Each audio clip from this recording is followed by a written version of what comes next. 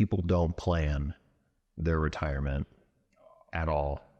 I know people who have invested just the minimum percentage in their 401k, and it pains me dearly. They don't, and it's no fault of their own, because it's intimidating to learn about money. It may not seem fun, but it's like I said earlier, once you learn it, it's powerful.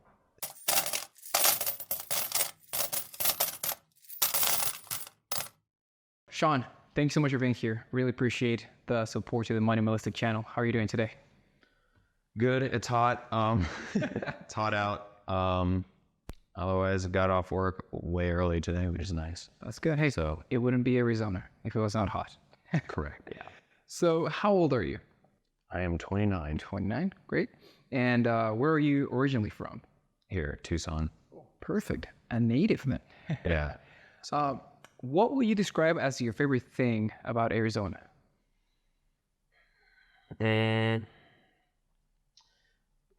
Just, it feels like home. Okay. Family's here. So families here didn't have a reason to move. So that's what it is for me. So. Oh, yeah. And you're also a photographer, right? So you get to take some good pictures. Yes. Yeah. Take lots of nature pictures when I can, when I have time. Mostly desertscapes and birds, hawks, wherever I see them, and if I can catch them. And cool cars too. Yes, and cool cars. Yeah. So when I decide to make the trek up to Scottsdale. So what do you do for a living? I'm an engineer. Perfect. How long have you been doing that for? Let's see. I graduated in 2018. I started working as an engineer right after school started. So around 5, maybe coming into 6 years. Yeah, give or take. Yeah. So first day of work was June 4th. What is one thing that is quite challenging on your current position that you do like, but it's a little bit of a challenge for you? It's a different thing every day for me, and I just had to try and come up with solutions for what I'm doing. It's designing computer chassis. Oh wow! So yeah, it's a bunch of like thermal work and structural work, and coming up with new designs to try and make things more efficient. But it's the hard thing, but it's also the fun thing. So that's great, especially when everything works perfectly fine. That's a sweet spot. Yeah, but it never works fine. So, first try that is, it never works fine. What social class were you growing up? Middle. Oh, yeah. Were there any challenges?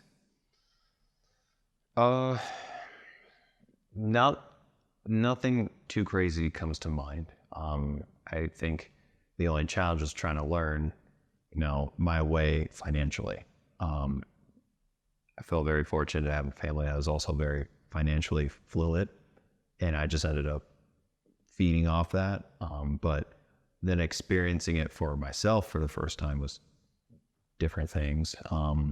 That was the challenge itself. It's like, I'm facing it for the first time, and then trying to think like, I think my dad did this or my mom did this. So, and that's great, because my follow-up question is, what do your family talk about money in general? So you're mentioning. Oh yeah. So we're all open with money when we want to be and decide to be, but mostly open. So yeah, family's been investing in like big stock market people. So wow. So you it has been like a generation after generation to talk about it. Yeah, it came from my grandma, and my dad got it, and then now me. So, and I just kind of found on my own. I've always known it's been there. And then you're also going to be passing that to your. Oh yeah, and then when I have a little spawn, that'll start to happen. Do you recall your first interaction with money?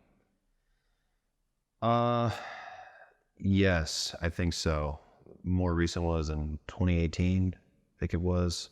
I had been working at my big engineering job for the first time, and then I was like, wow, look at this paycheck. And then I went and bought my bucket list. I was a camera, was a full frame Sony A7 III, lot of money, but at the time I was like, you know what, that was like the first big purchase I've ever made myself.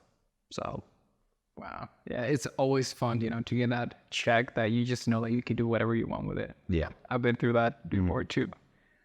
Anything else maybe when you were like, little that, comes to mind?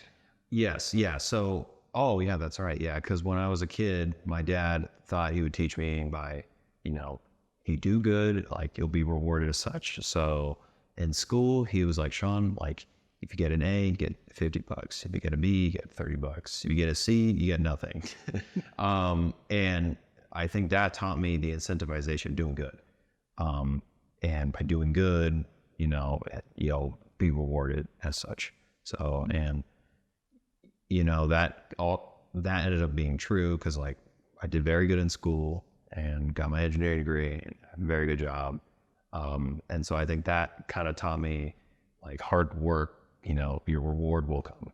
So Your engineering job, that was your first job, or did you have any, like a lot of college kids have like their little restaurant or they get to work at a gym? yeah, so I was a cook at a restaurant when I first started working in 2013. That was my very first job.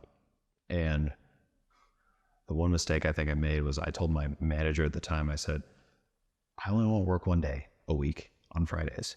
So, and they were fine with it because no one else wanted to work Fridays. And I was like, sure, sweet, I'll do it. But I did that for about a year and a half. And then I was a tutor for 3.5 years. And I worked all the way through school while also doing my degree. I haven't been jobless, thankfully, since 2013. So That's great. let's just keep that streak going. How did you feel going from that, like you get paid probably minimum wage or not as much, as right now in your professional career? How did that jump feel, from getting that small paycheck to the big paycheck?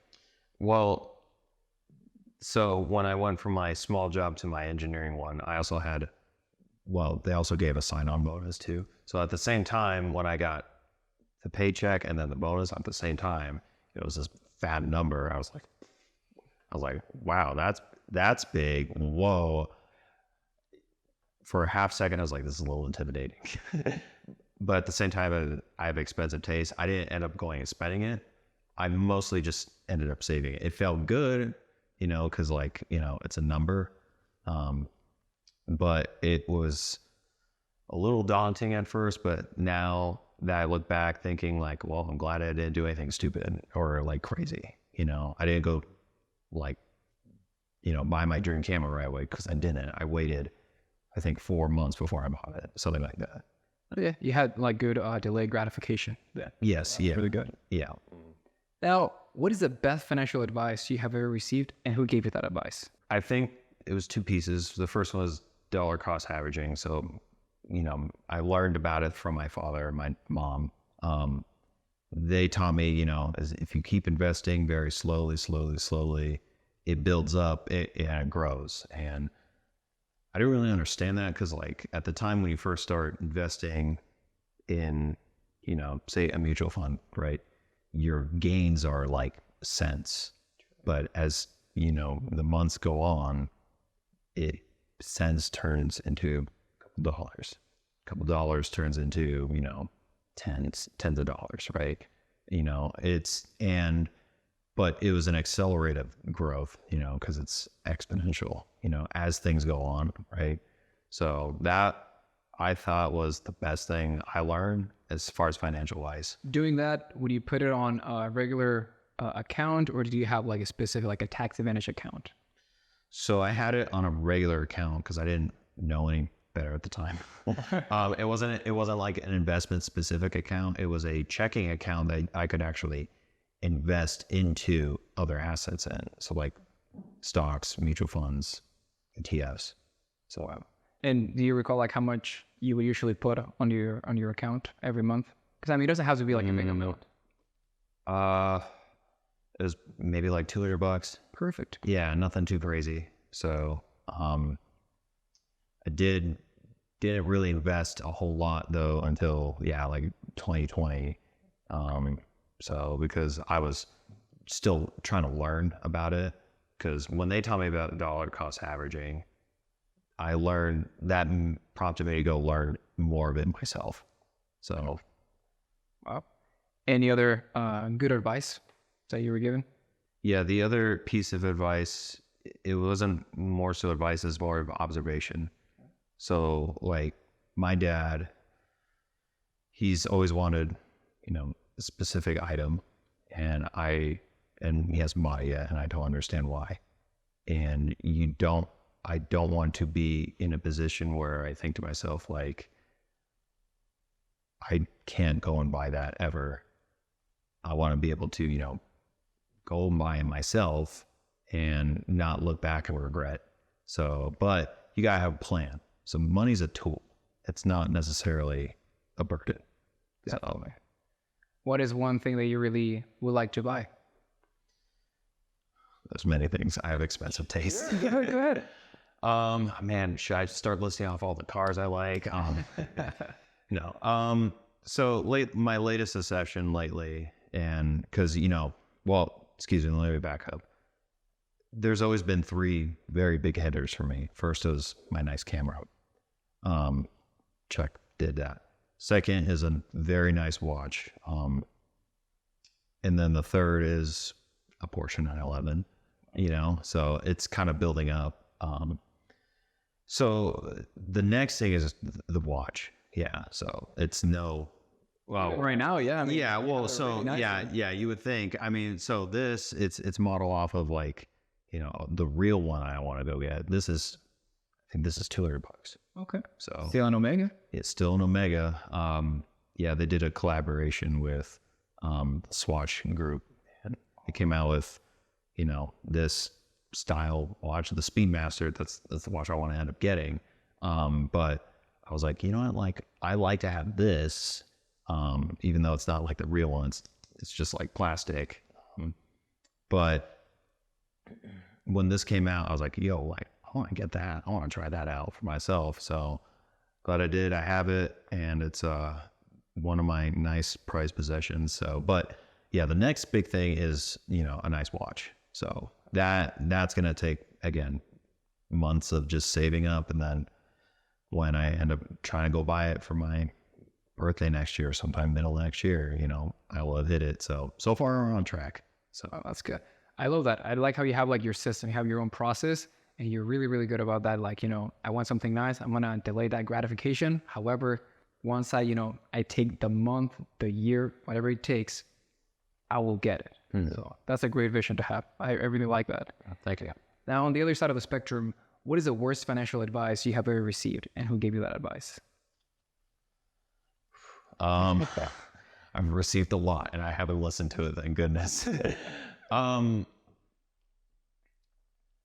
It was more so like a lot of people. So a lot of my friends and family, they know who I am, and they're like, Sean, just go blow all your money, just go buy it, right? Go buy your Porsche. I'm like, that doesn't make any sense. So it's more of the most like just bad advice is just going to blow your money. You shouldn't do that. That doesn't make any sense to go do. I mean, if you're waiting, you've waited long enough, you're like, I can't take it anymore, you go buy it, and you feel like you're reasonable, like you can justify to yourself, like, I guess that's fine, like splurging. But at the same time, you don't just want to like do a knee-jerk reaction to it. So that's good. That's good to have. A lot of people say like, hey, just put it on a credit card, or money comes and goes. But I like how you have your limitations. Yeah. What is the best financial decision you have ever made? Learning and teaching myself about investing. So I hadn't invested in anything other than my 401k that was being done automatically when I first started working until March 2020. Everyone knows that happened in March 2020. Explain to the audience, because that's really interesting. Short bought the dip, but that was by chance, so who knew the world was going to end for a hot minute in 2020, right? But at the time I had saved my money, it was just sitting cash. but it's losing value. Like it was not hurting anything. So I was like, well, maybe I should do something with this. And then it was later in 2019, I started just slowly dipping my toes in mutual funds because I had learned all before 2020 when I first started investing, all about investing, like what's an ETF, what's a mutual fund, what's a stock, what's the expense ratio on a mutual fund, all that stuff, right?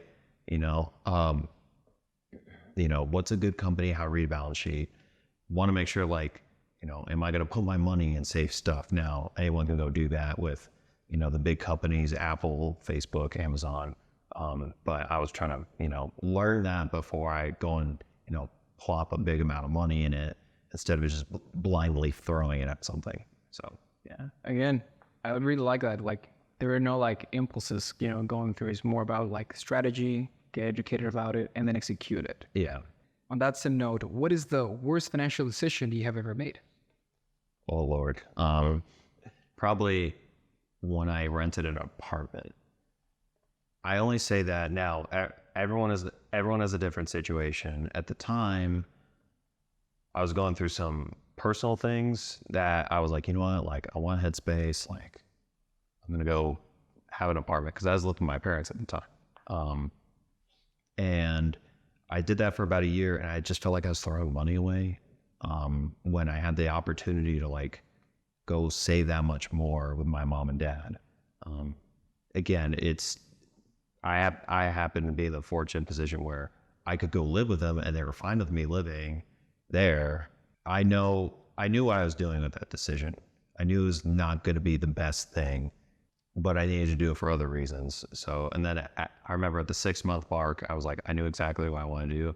And then for 6 months, I felt like I was just wasting money in a 600 square foot apartment. So, how much was your rent during that time? It was $1,300 for a 600 square foot apartment. Wow. Yeah. Would you consider it maybe the price that you paid just to learn, to be on your own for a few months? Or you still see it no, I could have gone that in a different way? No. So I did gain that from doing that, living on my own. Okay. And that was actually the first time I lived on my own too, because I had just lived with my mom and dad, which sounds like, what the heck, Sean? You're still living with your mom and dad? Yeah, I don't care. So yeah, there's definitely nothing wrong with it. Yeah, there's nothing wrong with it. So that happened from, when I was in school and whatnot. But anyway, as far as learning, taking care of things, paying bills, it was great. So great learning experience. Financially, like I said, that was probably the worst decision I made, or a bad financial decision. Because usually I'm very careful, but like I said, I knew what I was doing, and it was for, other reasons. So, okay, well, that's good. Any other worst financial decision besides the apartment? Having expensive taste. So, but describe that to me. I mean, we had people on the show before where, they see maybe a car purchase, and for them it's a good investment because they enjoy it. Mm. But then there will be others that will see it as, hey, there's so much you can do with that. But how about you? What are some of the items that you've bought that you maybe don't see as a good investment? Well, I mean, so I've got a very nice PC. At the time I built it, it was more to scratch an itch. Because in high school, I loved that stuff. That was my hobby. I loved doing that. And then as I got older, I wasn't playing game as much. I was into other things. And then I built one in 2020, and I still use it. Not as often though. I can't even remember the last time I turned it on. It's still a very good computer, but it's as far as purchases, your tastes change over time. And when you go to purchase something, in that moment of time, you're really into it, you like it, but for something like a car, I know people who have had, they've purchased cars, at a knee-jerk decision. They purchased cars because it was older and they actually were paid to go take a used car off a lot. other bad financial decision I made was buying a bunch of clothes at once. So, like I said, I'm a sucker for expensive stuff, but I'm only a sucker for expensive stuff because it's buy a once nice, or buy nice once and not twice.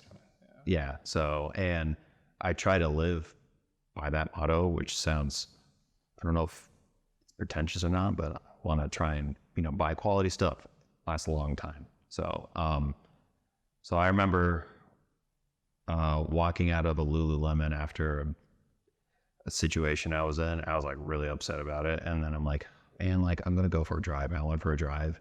And I went to the Lululemon store and I like without hesitation spent $400 on like 3 shirts, a pair of socks, and like a pack of 3 boxers or whatever. And I was like I walked out of the store and I was like, and then I think like it wasn't until like the next week the charge went through, it hit my card, and I'm like, man, maybe I should have done that. So Do you still have any of? oh yeah, I still have those. Yeah, that's the thing. I still have those shirts. You can look at it as like, okay, I've used them like 20, 30 times, and then just divide them from the actual amount. And that's how much you've paid every single time you worn that. Much. Yeah. So yeah, but I did go through a phase where I did buy expensive clothes. So, but I don't think I've bought clothes in like over a year now. Oh, okay. So something like that. By the exception of that shirt. By the exception of this shirt. So, which is really nice. I really like it, by the way. Oh, thank you. How would you describe your relationship with money? I am the boss, and money is my employee. I don't let it intimidate me. I don't let it control me. So it's a tool more than anything. So, oh yeah, that's a very, very powerful statement. I like it. Now, would you consider that you're comfortable with your current financial situation? Yes. Yeah. Anything that I'm buying or purchasing now, or if daily spending, does not deter my trajectory for long-term or end-of-year goals. So let's see. If you could go back in time and change one financial decision, which one would it be and why?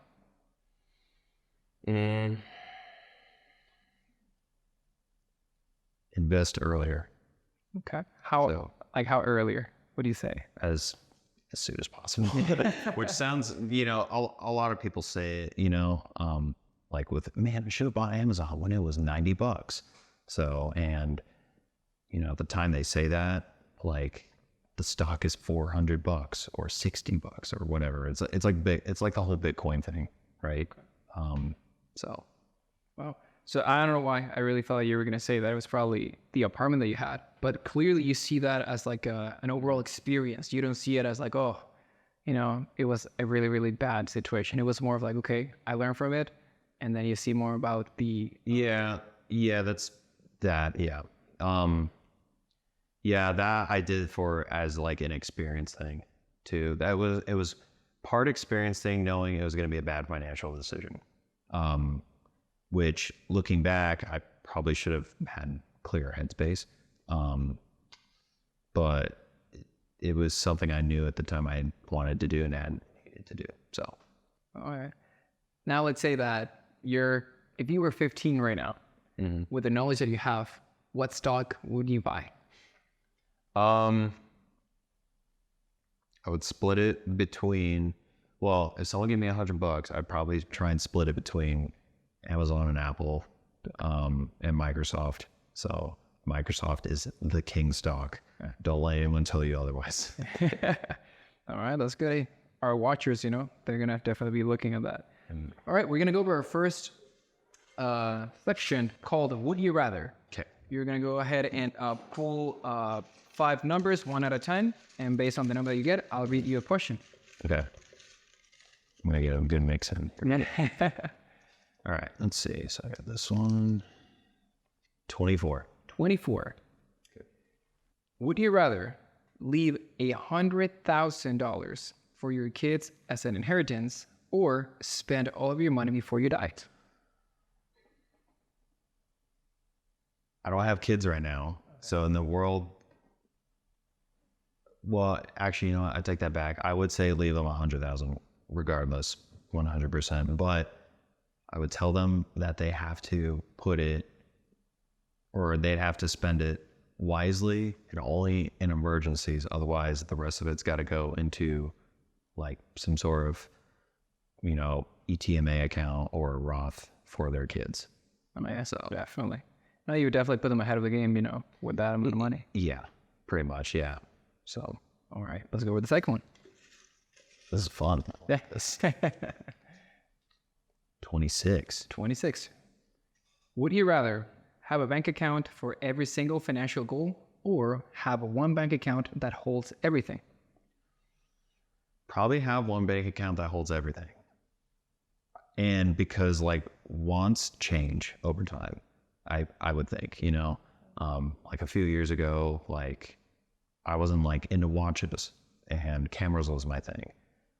Now watches are my thing. So it would be nice to have it see, and it's a bigger number. You can see it grow, numbers are numbers, but it's more motivation to be like, yeah, I can get higher. It's like a high score, like in a video game. So.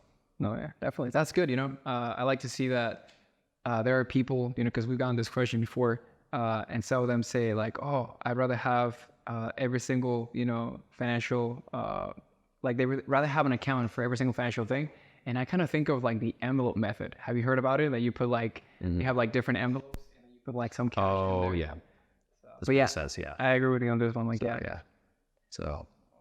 Let's go with the third one then. Okay, I already pre-picked it. Oh, not a 20 number, 5. 5, there you go. Ooh, that's a good one. Would you rather spend $1 million on travel or spend $1 million on a house? Oh, geez. You're asking someone who's been a lot of places. $1 million on a house. $1 million on a house? Yeah. You can see many places, but that means you won't have a home. True. Yeah. So you like to travel as well? Yes. Yeah. Okay. So what are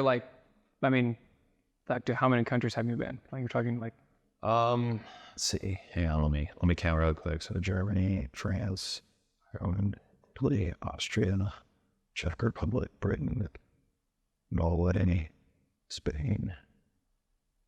I want to say 10. I want to say it's 10, yeah, and soon to be 11. No, that's great, man. Now, would you consider, your overall travel experience like a good financial advice, or? Oh, yes, 100%. Yeah, if you can go see how other people live, it is the best thing on this earth, because, you can kind of see how again, not only other cultures, but how people just daily live.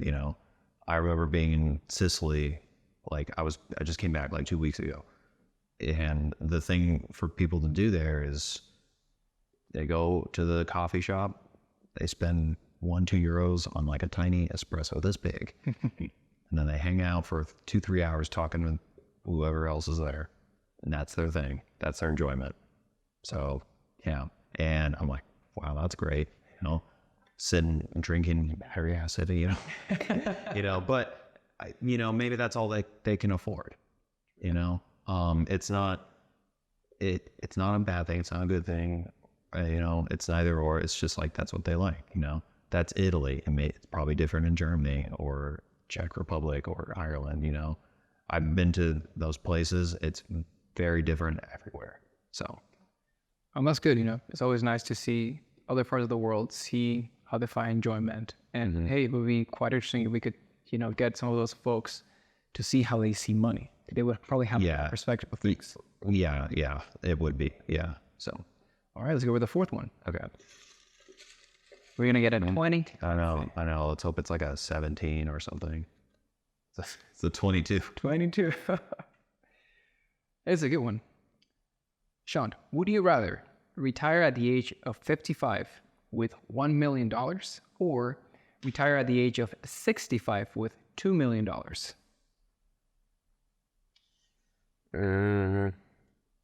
My engineering brain's well, given inflation and ROI, probably, $50, or no, I'm not $50, which is, age 50 with $1 million. So I think that's because, it's just like I was saying, like your ROI is probably going to be a lot, grow faster, right? You retire at that time and you can probably use that money to grow faster than you are at 65, because things are going to be different, 15 years down the road. Truly. So, No, that's great. Yeah. And I think like at the same time, it kind of says that you value more your time than money in a way. yeah, because, I would hope at age 50, I'm tired of working. So, All right, let's go with the last one then. watch it be like number 1. Imagine. Yeah. 10. 10. All right. Oh, I really like this question. Okay. Would you rather have unlimited money, but no free time, or have unlimited time, but very little money? Unlimited time as in I don't have to work at all. Correct. Yes. Jeez. Unlimited money, but no time at all. No time. Yeah. You'd probably be like working like overtime every single week. Do I get PTO? Eventually, yeah, you'll have to. Okay. That's tough. Because I like numbers, I'd probably have to say unlimited time.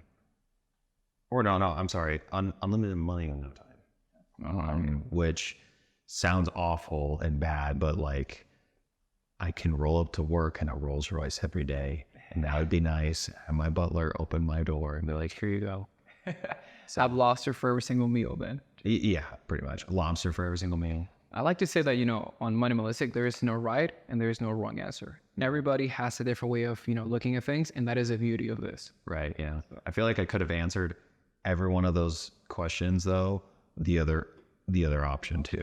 So honestly, Alrighty, so that concludes our Would You Rather section. Now we're going to go over the What do you think? This one is more about opinions and thoughts on money overall. Mm-hmm. So same thing, we're going to go ahead and start pulling 5 papers, just 1 out of 10. Okay, let's see. 1. Sean, what do you think? Are credit cards good or bad? Depends on how you use them. Okay. So, let me think. So they're good because you can build credit, which, depending on how you see credit scores, could be a good or bad thing, right? Yeah. And it gives you access to higher limits, even though you may not have the money at the moment. But they're also bad because A, you'll have to pay off that interest, and B, they can get out of hand. So I would say another reason they're good is because they will give deals. So like I'm big on airline points. I love that stuff. Airline points are the best. But at the same time, you don't want to get too carried away with, all the like flashy deals. So like Samuel L. Jackson is Capital One stuff. Like calm down. So what is your favorite credit card that you have to earn your mile points? I have 2. I mainly use 1 though. I have a United Chase card. So yeah, and if you spend like X amount of dollars within a certain time span, you get like 60,000 points. A round way ticket to Europe,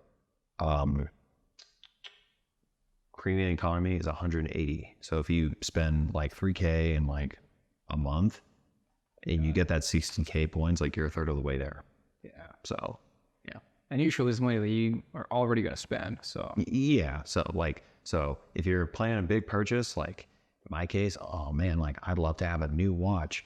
I can use that card and get the points and, at the same time have a nice watch. So you'll probably get to travel to Europe for quite a bit. Yeah. So yeah, well, when I can. So unfortunately, I'm always happy. All right, let's go with the second one. Okay. 4. We're getting low numbers now. Are student loans a good or a bad investment? They're a good investment for yourself, and you know what you want to do. So, which sounds basic to say, but you need to, before you take out that loan, it's like, is this what you really want to do? It's okay to try and figure out for like the first year and a half, like when you're in college, right? Yeah. So like I knew what I wanted to do was engineering. So some other people like I know a guy, he was doing engineering and then he's like, I'm gonna do business. And then he went from business. He's like, you know what? I'm gonna do retail sciences. Wow. Yeah. So he jumped around a lot. Now he's not using his degree to his full potential and he's got to go pay off all his debt. So they're good in a way that you want to further yourself. I would say yes. You just, you realize it's a lot of money. You got to make sure that you're going to, be effective with your time. So, All right. Great answer. Let's go with the third one. okay. Watch this be a low number. 7. 7. Yeah, it's still considered low, I guess. Yeah. Should we only rely on a 401k to retire? No. No. A 401k. So they're great. They're nice. They help people invest, but that's like the only thing they do is 401ks for retirement. It's my thing as I think I have like 6 investing accounts, something like that. I can't remember. But it's 401k alone is not going to be your gateway. Another one is a Roth IRA. Great. So If you can combine them, I think they're like a great pair. yeah, they're a great pair. Yeah. So yeah, you do the calculators and everything. You do your 7 or 10% return, whatever you think it's going to be. Like, you take that out. I think it's 59. You take it out. 10.5, I guess. Yeah, 59.5. Yep. And you can go spend your cool $5 million on a Ferrari. Oh, yeah. All right, let's go with the fourth one. Okay. 6. 6. I couldn't tell if it was a 9 or 6. I'll let you pick. Do you want a 6 or a 9? Oh, geez. 6. Okay, Just perfect. 6, yeah. How much does your credit score impact our financial opportunities? I think credit scores, in my personal opinion, are terrible. Because it does. So I guess it is a barometer or a metric for banks to tell, is this person responsible with money, right? But it takes so long to build it up very high.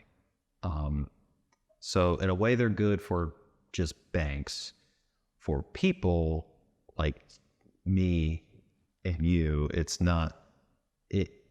It's cool because it's like the higher number thing. Like, wow, it's so much higher, right? But like, is it high enough? Like, you can go take out a mortgage for X amount of dollars. Yeah. Can you go take out this loan for the SUV you want to buy for your upcoming family, right? At a good APR. Good APR, yeah, that's the other thing. At a good APR, so it's good for the banks. I would think it's not so good for people, but it's, yeah, I just see it as a metric, honestly. So, All right, let's go with the fifth one then. So yeah, in there was like a middle ground for you. yes, yeah, I would say middle ground. Yeah, so neutral, like Switzerland. That was the other country I forgot.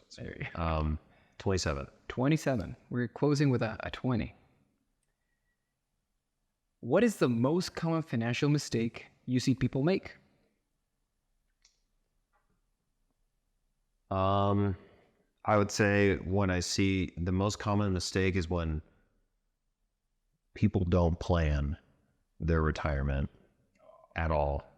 I know people who have invested just the minimum percentage in their 401k, and it pains me dearly. They don't, and it's no fault of their own, because it's intimidating to learn about money. It may not seem fun, but it's like I said earlier, once you learn it, it's powerful. You feel better. You don't have to worry. You don't have to go to sleep at night thinking, oh man, do I have enough? Right. So, but that is the most common thing I see. They don't think that far out. And it's hard to think about it now, like I'm 29 and I feel very lucky and fortunate to have people have taught me the importance of it, others are not. So Great. No, yeah, very important to learn about it, early on. Yeah. So, and then finally, is there anything else that you would like to share with the audience? Do you have any final thoughts? I'll go back to what I said. I'm the boss of money, and money's my employee. It is the best thing that I've done for myself. I look back and, my 29 years of my long 29 years of life. and, when I learned it myself, I thought that was the best thing I've done for myself ever. Some people say, going to the gym, or like, I took this class, I did this degree, like, but at the end of the day, money is unfortunately what rules us all. But it's like I said, you want to be the boss of money. So, and don't let it intimidate you. So finances are nothing to be intimidated of. It is a tool to empower you to achieve what you want in our short lives we have. Excellent. So, Sean, thank you so much for being here. Really appreciate it. Sure. Yeah, thank you. Guys, thank you so much for watching. Please support the channel by subscribing, commenting, and liking the video. The question of the day is the following.